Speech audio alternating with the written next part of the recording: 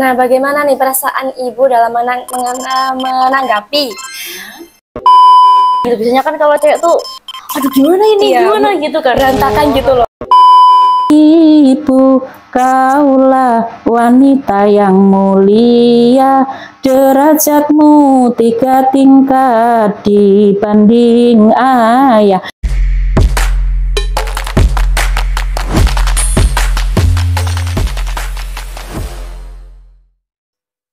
Assalamualaikum warahmatullahi wabarakatuh. Waalaikumsalam warahmatullahi wabarakatuh. Halo Sobat Notify, welcome to our channel Notify Clip bersama program kesayangan kita, Podcast Notify, bersama aku, Elvira Nur Anggraini. Dan bersama aku, Preti Helsi Zain. Nah, jadi kali ini kita kedatangan tamu yang sangat spesial, yaitu Ibu Kepala MAM 08 Taker Harjo yang tercinta. Untuk Ibu bisa perkenalan terlebih dahulu. Assalamualaikum, saya Bu Is, Kepala Madrasah Aliyah Muhammadiyah 8 Taker Harjo Lamongan.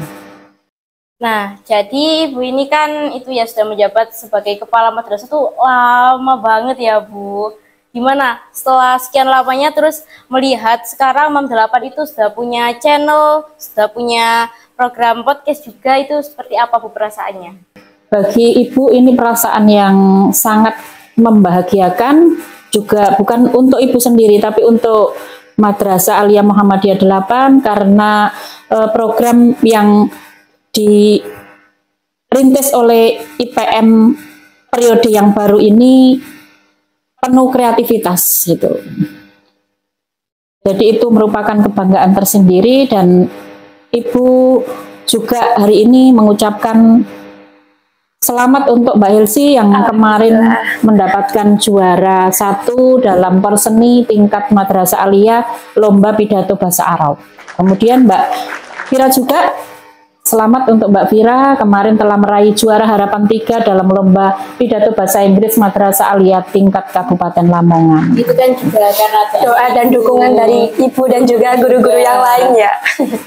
Insya Allah begitu.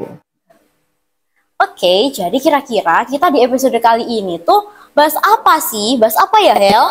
Oke, jadi di episode kali ini kita akan bahas tentang manajemen waktu antara tugas dan kehidupan pribadi. Oke, Ibu sudah sangat lama juga kan mengajar di sini. Kira-kira awal mulanya bisa mengajar di MAM 8 sampai bisa jadi kepala madrasah itu seperti apa, Bu?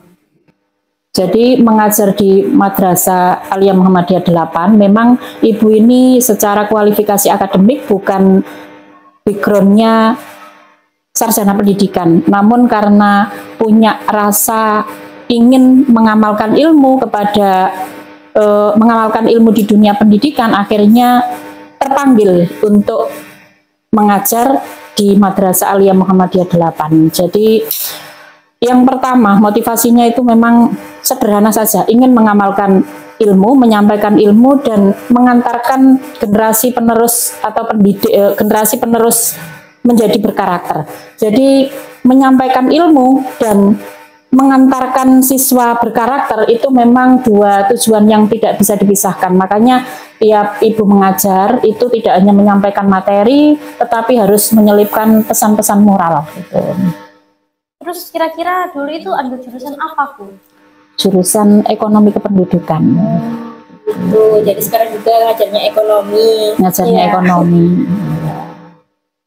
Kemudian mulai ngajar itu tahun 2000.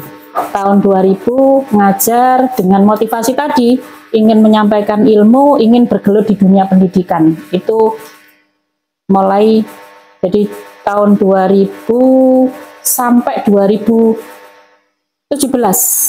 Kemudian tahun 2017 pertengahan itu dipercaya oleh madrasah untuk menjadi pemimpin. Jadi menjadi pemimpin itu bukan berarti dijadikan orang yang paling hebat, Mbak. Tapi menjadi pemimpin itu adalah melayani.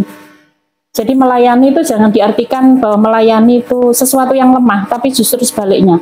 Mengapa melayani itu bukan yang lemah? Karena melayani itu kan dibutuhkan empati yang tinggi. dibutuhkan ketulusan, dibutuhkan juga kesabaran yang terus diasah. Supaya apa? Supaya pemimpin hadir di madrasah itu adalah sebagai solusi, bukan sebagai sumber tekanan. Nanti kalau pemimpinnya semangat, kemudian stakeholder yang ada di madrasah semuanya semangat, itu akan gampang mengembangkan dan mendorong kemajuan madrasah. Berarti Ibu udah menjadi guru di sini udah 25 tahun. 25 tahun terhitung Keren banget, Masya Allah.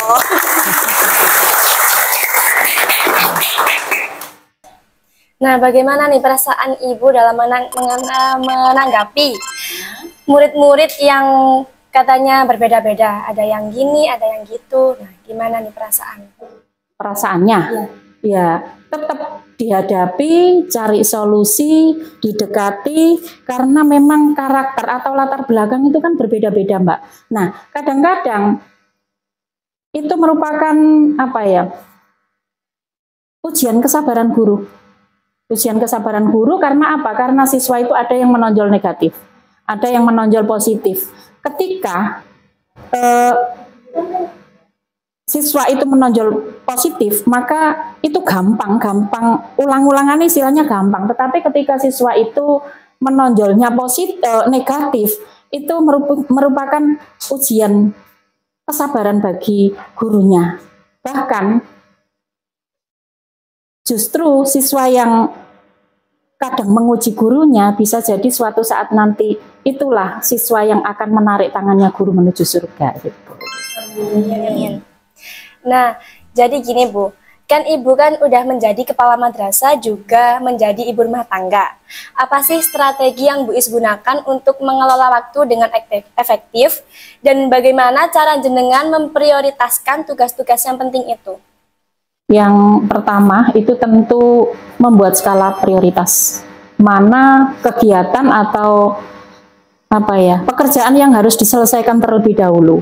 Jadi nggak harus diselesaikan hari ini semua, kecuali kalau ada tugas-tugas yang di deadline waktu itu memang harus segera dikerjakan. Nah, caranya juga Bu Is itu selalu memaksimalkan SDM yang ada. Jadi yang bagian seperti Pak Nur tuh, Pak Nur kan wakakurikulum. Jadi di kegiatan-kegiatan tertentu yang memang tugasnya itu harus dihandle wakakurikulum, ya harus diberikan ke wakakurikulum. Begitu juga dengan kesiswaan atau mungkin wali kelas gitu. Jadi tiap hari itu harus ada kegiatan yang perlu diprioritaskan terlebih dahulu, mana yang penting, mana yang bisa ditunda. Nah, biasanya ini di rumah harus bangun yang paling pagi.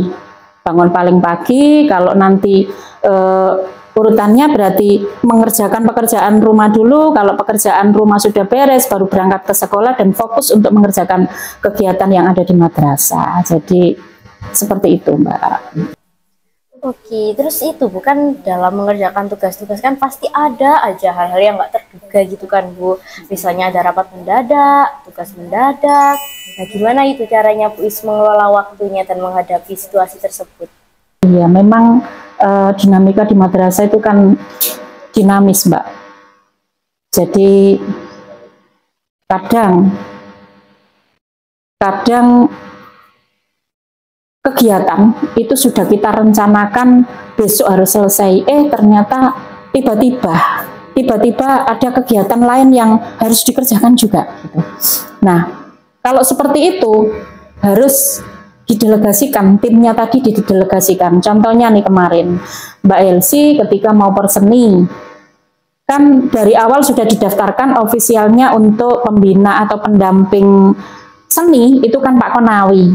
Nah, ternyata jam 9 malam itu Pak Konawi baru konfirmasi jika besok harus ada pembekalan kepala regu jamaah haji Kabupaten Lamongan. Nah, ketika itu Bu Is langsung ya harus tenang, gimana nih cara menyelesaikannya. Akhirnya dengan media dengan alat komunikasi HP itu akhirnya langsung calling Pak Budi, langsung calling Pak Noval, kemudian Pak Koi, siapa yang harus menggantikan. Dan alhamdulillah ternyata besoknya sudah beres dan bisa digantikan oleh Pak Noval. Nah seperti itu kan tugas mendadak yang harus diselesaikan seketika itu juga. Berarti harus lebih tenang gitu ya Bu, nggak boleh tergesa-gesa gitu ya Bu. Tapi kayaknya nih Bu Is wanita yang tidak kenal nyerah ya. Iya benar banget.